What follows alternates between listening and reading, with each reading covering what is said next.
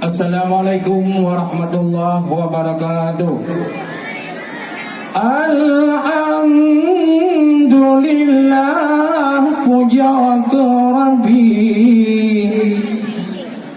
Kabupaten Pidi hormat mulia, juara pora pada tahun ini, raih prestasi generasi muda.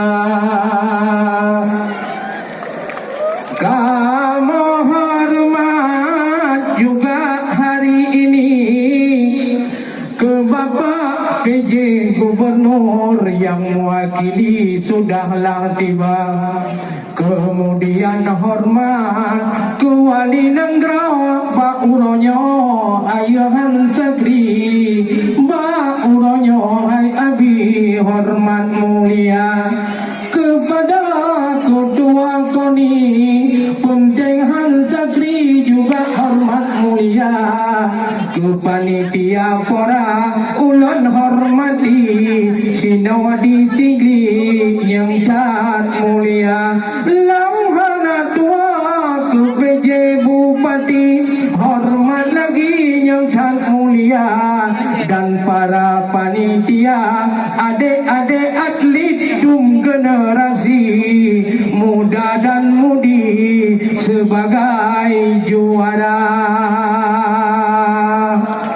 Salam mulia bak kamu hai adaw sideh di Nanggara merhum daya 2026 kani bak kamu juara umumnya han mobi ke Gajah dan punting cacat generasi Nanggara niba uronyo harapan bangsa gada prestasi hayahan bagau pemimpin Nanggara ukra cedara kaku sep etno nyo dari glonyo bek panjang rampo karena durasi kana tapi yang penting hari ini saya bertampo ke urang-urang gedanya yang lanjut bahasa Aceh Raya. Ada bapak-bapak sana dan sini, mari kemari kita dukung pora yang di Aceh Tengah gaya luas atau Tamiang lagi. Kemudian bapak kami di Aceh Tenggara, jangan bapak berkecil hati, juara umum di Sigli jangan mengalir air mata. Tapi semangat pada hari ini, raih prestasi anak muda-muda. Terima kasih ke panitia DPD pada hari ini. Salam mulia, salam tegak ke merhum daya Singo Hai Abi Lu guru di kami sudah menjamu saudara semua.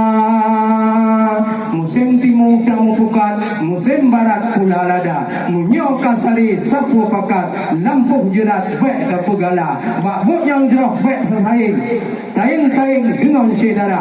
Walau tameh surang sari, yang penting dah dukung pora. Assalamualaikum warahmatullahi wabarakatuh.